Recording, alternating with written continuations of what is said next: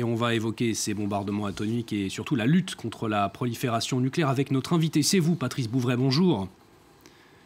Bonjour. Merci à vous de nous rejoindre sur France 24. Vous êtes directeur de l'Observatoire des armements et porte-parole de la campagne ICAN, qui œuvre donc pour le désarmement nucléaire. On vient d'entendre dans le sujet qui vous a précédé les Hibakusha, ces survivants des bombardements nucléaires américains au Japon, qui continuent à œuvrer pour le désarmement nucléaire mondial. Et on a l'impression qu'ils sont de moins en moins écoutés. C'est un sentiment que vous partagez ? Actuellement, oui, y compris en France, la question des armes nucléaires n'est plus centrale au niveau de son élimination comme on pourrait l'espérer. Et en même temps, pendant la même période, on a obtenu que soit négocié à l'ONU un traité d'interdiction des armes nucléaires qui est signé aujourd'hui par environ une centaine d'États. Donc la lutte continue et continue de mobiliser aussi. Vous évoquiez justement ces traités contraignants et limitant la prolifération nucléaire. Il y en a beaucoup qui ont été remis en cause récemment. Il y a un certain nombre de traités qui ont été effectivement remis en cause entre les États-Unis et la Russie compte tenu du conflit qui existe entre les deux pays.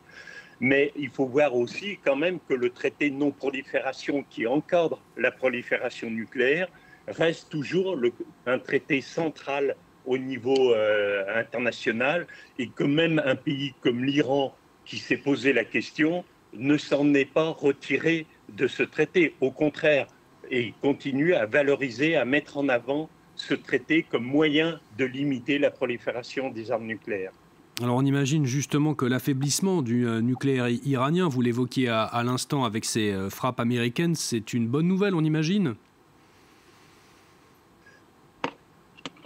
Oui et non, si vous voulez, dans la mesure où, si on veut vraiment lutter contre le risque de prolifération, et notamment la volonté de l'Iran de maîtriser cette technologie, il faudrait déjà aussi évoquer la question du nucléaire israélien, militaire israélien, qui lui n'est pas sanctionné, et surtout, il faudrait que les puissances nucléaires, dont la France, ne se lancent pas dans un programme de renouvellement, de modernisation, comme c'est le cas actuellement, puisque la France est en train de renouveler entièrement son arsenal nucléaire pour l'améliorer, pour le rendre plus performant, avec des coûts extrêmement importants. Et c'est ça aussi qui alimente cette prolifération nucléaire. Oui, justement, la France, mais aussi le Royaume-Uni, qui a annoncé également mettre en place une composante aéroportée de son arsenal nucléaire. La France qui renouvelle donc son arsenal également. Finalement, ce n'est pas aussi également une nécessité compte tenu des menaces qui semblent peser. On voit notamment la Russie qui utilise, en tout cas dans sa rhétorique, la menace nucléaire à de nombreuses reprises. Non, pour nous, ça n'est pas une, dans la mesure où, au contraire, à vouloir développer cet arsenal, à vouloir le mettre au corps de leur politique de sécurité, puisque c'est ce qu'a annoncé notamment le président Macron lors de son discours aux armées le 13 juillet dernier, qu'il faut être craint pour être puissant. C'est pas comme ça qu'on obtient la paix. C'est au contraire en ouvrant les négociations pour les puissances nucléaires, en participant aux négociations avec les pays qui ont signé le traité sur l'interdiction des armes nucléaires, qu'on avancera pour faire réduire le risque, la menace, et donc avancer vers la coopération et la paix. Et justement, quelle nation dotée, comme on les qualifie souvent, de l'arme nucléaire constitue aujourd'hui la plus grande menace selon vous? On parle beaucoup de la Corée du Nord, c'est le cas? Non, je pense que la plus grosse menace, malheureusement, c'est les deux principales puissances nucléaires, États-Unis et Russie, qui sont lancées dans ce que les scientifiques, les spécialistes appellent une grammaire nucléaire ou une rhétorique nucléaire, mais qui fait mettre au cœur du débat, et notamment du conflit qu'il y a autour de l'Ukraine, la question du risque nucléaire.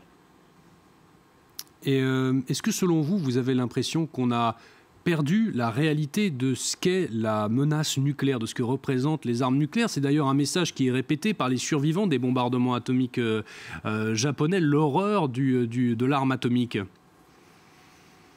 C'est effectivement, j'ai envie de dire, une horreur a été remplacée par une autre.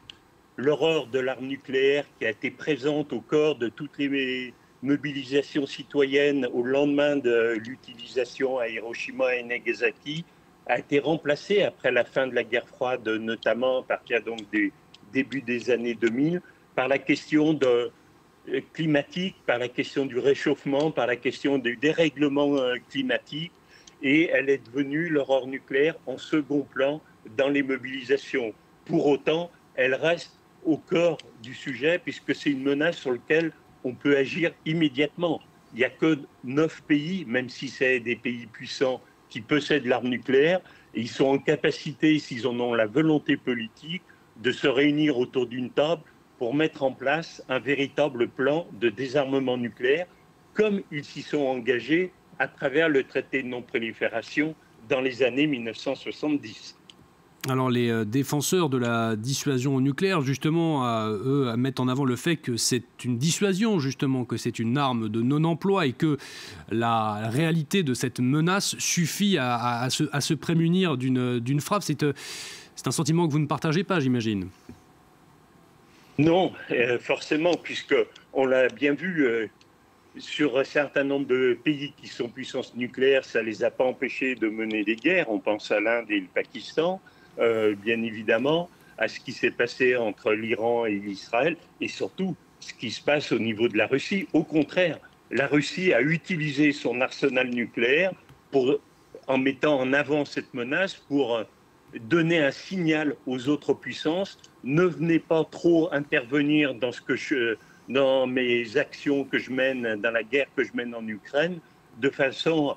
Et donc, là, on voit bien que la menace nucléaire est mise en avant et donc ne favorise pas la paix.